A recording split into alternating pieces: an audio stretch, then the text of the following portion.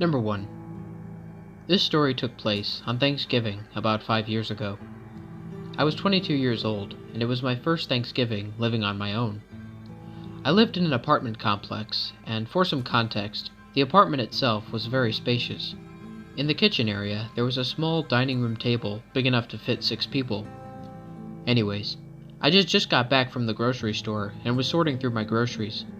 I was getting out the turkey to put in the refrigerator when there was a heavy knock at the door. I looked through the peephole and saw a trashy-looking middle-aged man on the other side.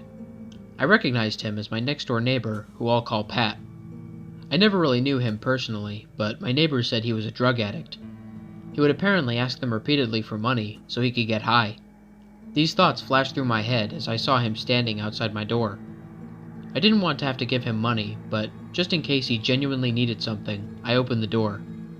I greeted him, and Pat said, "Hey man, I was wondering if you had a few dollars."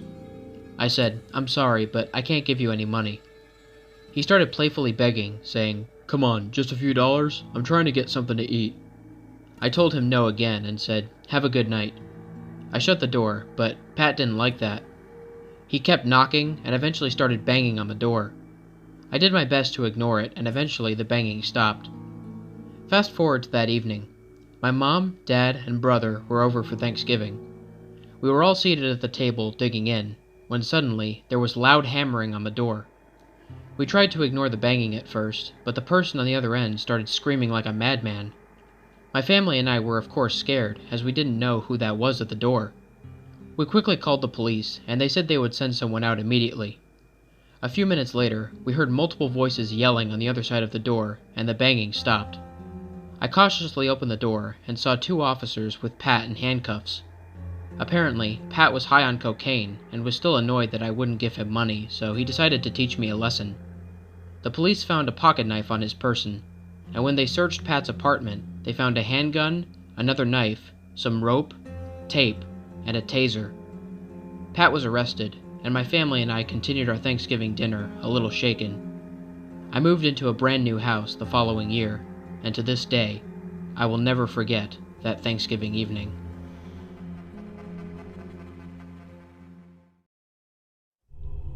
Number 2. The following story is told in the perspective of a female. I worked as a cashier at Walmart for about 10 years until I quit a year ago. This story was one of the scariest experiences of my life and is what persuaded me to quit that job. I was 26 at the time, and I was in one of the busiest shifts I had ever had since it was Black Friday. The line to my cash register was constantly backing up, and I could never catch a break. At one point around 10 p.m., this shady-looking character walked into my aisle. He was eyeballing me from head to toe as he walked up to me. He put his groceries on the counter, and I started scanning them. He started making small talk with me, and I replied to him out of politeness. After I finished bagging his groceries, I told him to have a good night, to which he responded by trying to hit on me. I politely turned him down and told him that I had a boyfriend, which was true by the way, but the guy wouldn't stop. He started telling me that he could do much better than my deadbeat boyfriend, and started making inappropriate remarks towards me that I don't want to repeat. I kept on turning him down as politely as I could, all the while praying to God that he would just leave. Eventually he did, and the rest of my shift went by uneventful. Around 1 in the morning, I punched out and went to my car. While I was walking, I heard footsteps close behind me. I turned and felt my heart jump into my throat as I saw the shady guy walking right behind me. I started running, and he did too. I sprinted to my car and jumped in. As I started it, the guy ran to my driver's side door and started tugging at the handle. I threw it into drive and sped out of the parking lot. The guy tried to chase my car as I was driving off, but I quickly lost him. When I got home, I told my boyfriend what happened, and he wanted to find the guy and kick his butt. I just wanted to go to bed and forget about it. The next week, I quit my job after not being able to get that creepy guy out of my head. I'm glad that he doesn't know where I live, but I'm still paranoid that I'll be walking down the street or shopping, and I'll come face to face with that creep once again.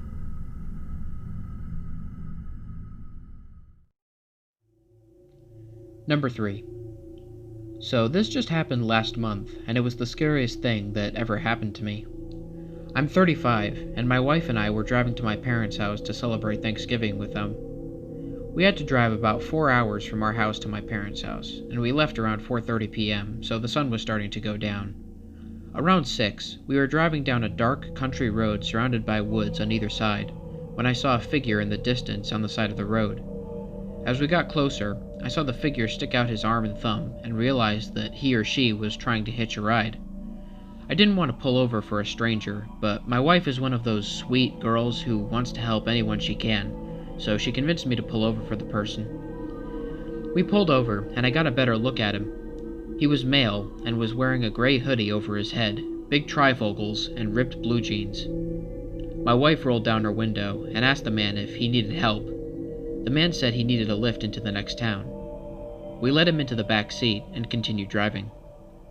About 5 minutes into the drive, I started to notice the guy was acting strange. He was fidgeting around a lot and talking to himself. I was starting to wonder if something might be wrong with him. When we got to the next town, I looked over at the man and asked him if he wanted us to park anywhere specific to let him out, and he straight up ignored my question. I told my wife to pull over at the town center, and when we got there, I told him to have a good night. Suddenly, the guy pulled out a pocket knife and told me to get out of the car. My wife and I of course obeyed him, and we stepped out into the cold. He then started directing us to an abandoned gas station. We walked up to the convenience store of the station, and as we did, another man came out of the store and joined the first guy. This man was holding an axe. "Give us your keys and your wallets," the first guy said. I handed him my wallet first, but when he reached for it, I threw it over his head, so he had to turn around to get it. When his back was turned, I pushed him as hard as I could into the snow. The second guy lunged at me and swung the axe, but it just barely missed me. Before he could swing again, I punched him in the mouth. He fell to the ground, knocking himself out on the concrete. I grabbed my wallet off the ground and told my wife to run. We ran as fast as we could to the car and sped out of there. We got to my parents' house soon after, and we had a good Thanksgiving dinner, but the memory of that night still haunts me. I've learned one thing from that night, though. Never, ever pick up a hitchhiker, especially at night.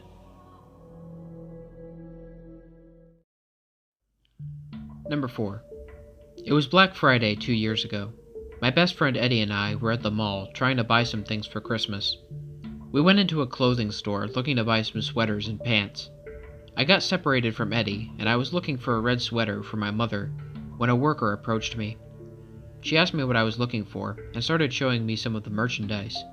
From what I could tell, this woman was Hispanic and seemed a couple of years younger than myself. After I had picked a sweater, she started asking me personal questions like where I lived, how old I was, if I had a girlfriend, etc. I didn't have a girlfriend at the time, but I didn't really feel a spark with this girl. Nevertheless, she coerced me into giving her my number. Annie and I paid for our things and moved on. We stopped to get lunch at the food court and shopped for a couple hours after that before heading home. When I got home, my phone started buzzing. It was the worker from the mall, and she was asking me questions like, "Where are you? Do you want to come over? Why aren't you texting back?" I decided not to answer, but she kept harassing me with texts, asking me where I was and why I wasn't responding. Eventually, I got sick of the buzzing, so I shut my phone off and tried to forget about it. Later that night, I was getting ready for bed and turned my phone back on to check the time. I saw over 300 messages from the girl. Most of them were asking me where I was, but the last 2 messages freaked me out. The first message said, "I'm coming over," and the second was a picture of the street I lived on. I immediately checked the house and made sure the doors and windows were locked tight. I closed the blinds to my bedroom and got into bed after shutting my phone off again. I woke up the next morning and got out my phone to check my messages. I saw I had 4 new messages from the girl. The first message was a picture of my house. The second was a picture of my house key that I normally keep under the doormat, with a message saying, "Thanks for giving me a key." The third was a message saying, "Your house looks nice." The fourth and final message was a picture of me, in my bed, sleeping, with a message saying, "You look so cute when you're asleep." I felt a cold chill run over me as I stared at the images. I decided to reply to the texts. "Don't ever come back here again, or I'll call the police." I then saved the conversation and blocked the number. After that, I checked the house again just to make sure that crazy woman wasn't still in my house. There was no one in the house, so it seemed she had left. I called the police and showed them the messages. They said they would search the neighborhood just to make sure she wasn't in the area. They called back a little while later, telling me they didn't find anyone. It scares me to this day, thinking that the worker from the mall came to my house and watched me sleep for God knows how long.